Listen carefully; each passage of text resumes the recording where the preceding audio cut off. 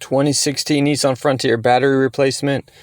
So first what you want to do is come over here and get yourself a 10mm socket. A deep socket would be best. And we're just going to go ahead and loosen up this battery hold down. Basically, you don't got to get these all the way off just yet. I'll just get these loose, and then sometimes you could we'll just wiggle these rods out of their spot. But this one, I don't think it's really, I mean, you probably could if you really wanted to, but you could. We're just going to take the nuts off the top and then remove it that way. So just going to get these off and don't drop these, put them in a safe spot. This little top part will come off and we'll put it to the side just like that. And then our clamps, our positive clamp has that cover that'll just come off. This 10mm here and this 10mm here are the only things you need to get loose to take these clamps off. Negative first, of course. So I'm gonna go ahead and just get this loose. You don't have to get these nuts all the way off. You just loosen it up and it'll come right off. Well, I shouldn't say that. They might be a little stubborn. Sometimes they're stubborn to come off, but we'll just get these loose. And then you just twist it and pull up. And then it'll come right off.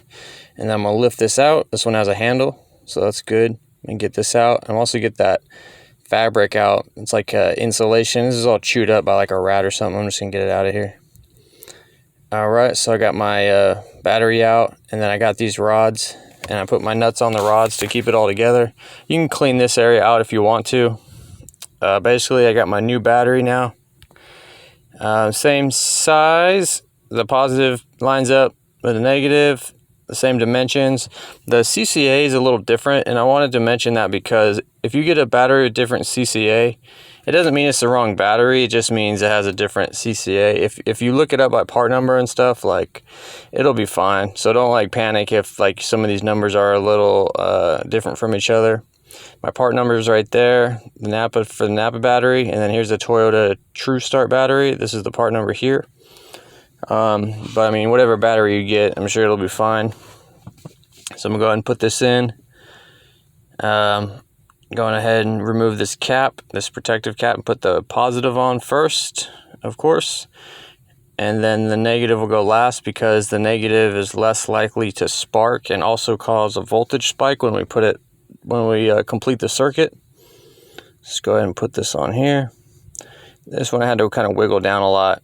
And then you'll go ahead and tighten down these 10mm nuts.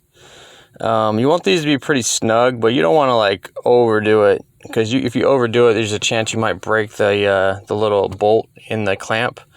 So just get them pretty snug, make sure they don't move around, and then we'll put our clamp back on like that. And you know, it goes on like this, and then we'll put the rods back in. I just keep the nut on the top, and then I'll just slide this through here and then go down and hook it like that. These could be a little tedious to get in the hole and stuff, but you know, it's all right. Gonna put that in, and then I'm gonna do the front as well. And then once I got the front and the rear in, I'm just gonna go ahead and tighten these down. It should look like that. And then you don't have to tighten these down mega tight, because you could warp the battery. So just tighten it pretty snug, and then shake the battery or wiggle it and make sure it doesn't move. If it moves a little bit, just go a little bit more, and then put some protective on your clamps. This is just some Seal Glide. It's fine.